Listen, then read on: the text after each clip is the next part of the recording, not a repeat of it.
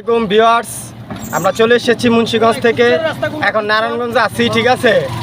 এখন আমি শীতলক্ষা সেতুতে যাচ্ছি। শীতলক্ষা সেতু পরিদর্শন করব, আপনারা আমার সাথে থাকুন এবং উপভোগ করেন।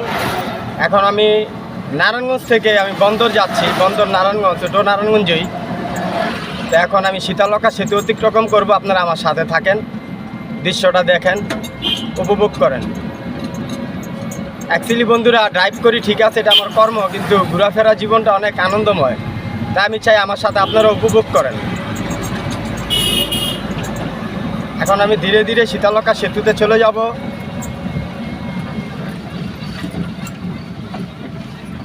কারণ এখানে খুব হাইওয়ে রোড, তো খুবই আপনার এই রোডে অনেক বড় বড় গাড়ি চলাফেরা করে, কোনো স্থান নাই, খুব কেয়ারফুলভাবে রাস্তা পাড়ি দিতে হয়।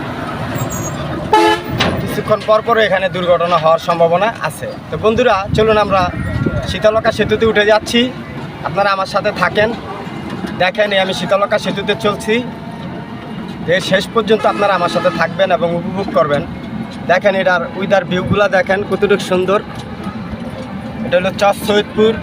চর সৈয়দপুর থেকে এখন আমি বন্দরের উদ্দেশ্যে যাচ্ছি। তো চলুন আমার সাথে। আমার দেশ, মাতৃভূমি বাংলাদেশ দেখার মতো একটি রাষ্ট্র, যদি না ঘোরাফেরা করেন তাহলে আপনি কিভাবে বুঝবেন?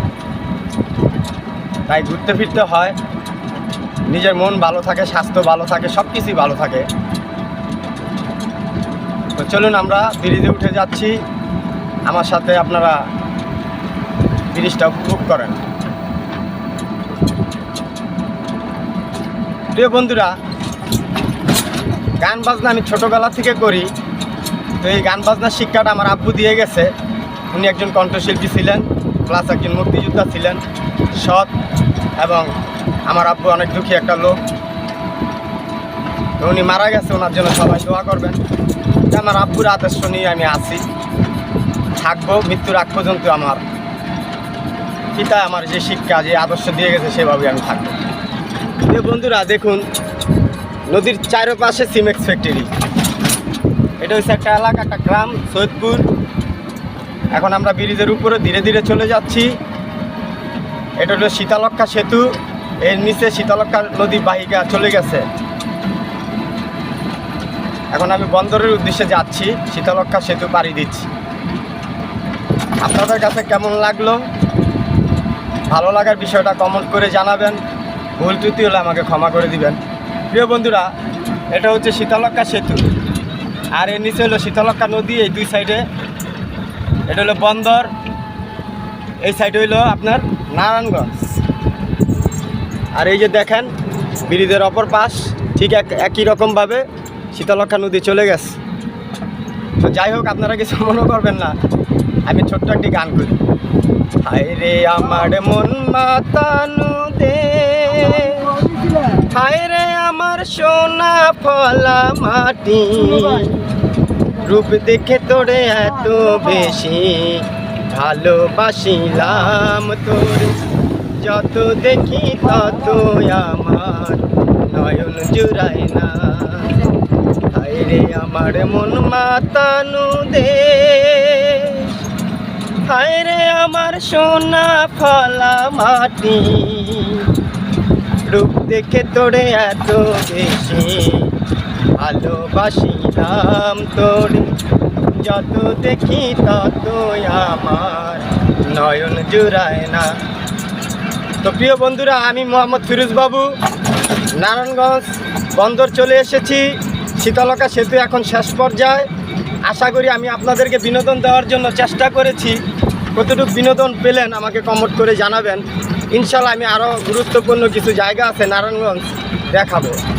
নারায়ণগঞ্জের পরে সারা বাংলাদেশ আমি ঘুরবো, আপনাদেরকে দেখাবো ইনশাল্লাহ। আমার জন্য সবাই দোয়া করবেন।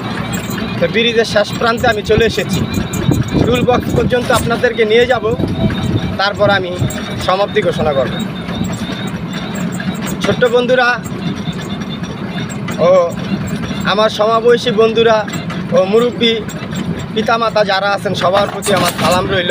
সবাই আমার জন্য দোয়া করবেন ইনশাল্লাহ।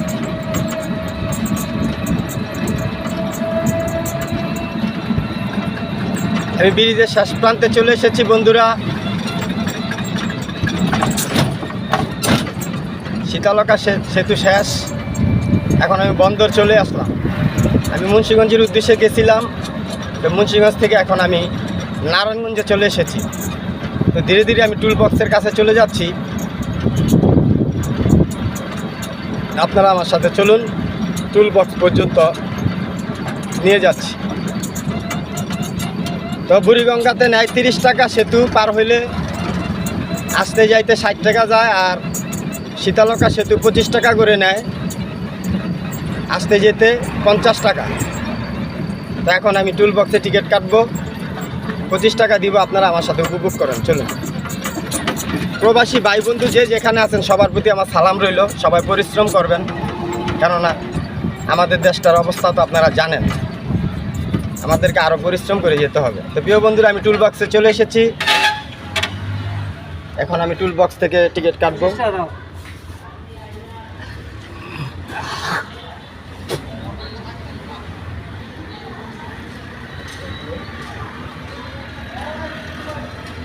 এই টুল বক্সের টিকিট 25 টাকা করে বন্ধুরা।